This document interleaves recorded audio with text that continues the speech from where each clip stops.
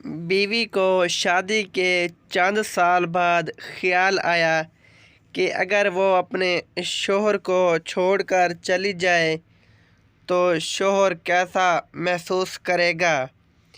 ये ख्याल उसने कागज़ पर लिखा, अब मैं तुम्हारे साथ और नहीं रह सकती, मैं अब बोर हो गई हूँ तुम्हारे साथ। मैं घर छोड़ के जा रही हूँ हमेशा के लिए। इस कागज़ को इसने मेज़ पर रखा और जब शौहर के आने का टाइम हुआ तो इसके रद्द-ए-अमल देखने के लिए बिस्तर के नीचे छुप गई।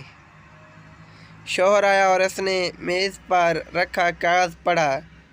कुछ देर की खामोशी के बाद इसने इस कागज़ पर कुछ लिखा। फिर वो खुशी के मारे झूमने लगा, गीत गाने लगा, रक़्स करने लगा और कपड़े बदलने लगा। फिर इसने अपने फ़ोन से किसी को फ़ोन लगाया और कहा, आज मैं आज़ाद हो गया।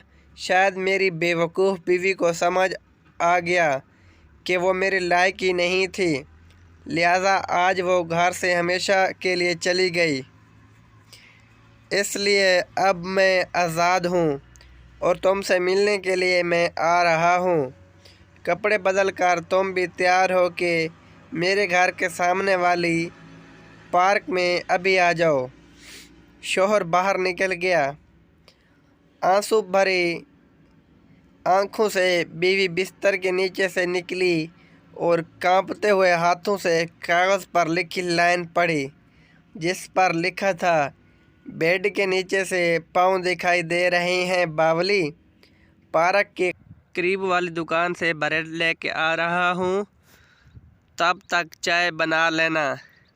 मेरी ज़िंदगी में खुशियाँ तो तेरे आने से है, आधी तुझे सताने से हैं, आधी तुझे मनाने से हैं। अगर स्टोरी अच्छी लगी हो तो चैनल को सब्सक्राइब करके बेल आइकन को प्रेस कर लें ताकि हर नई आने वाली वीडियो का नोटिफिकेशन बआसानी आप तक पहुंच सके। और कमेंट में अपनी राय का इज़हार ज़रूर कीजिएगा। शुक्रिया। अल्लाह हाफिज़।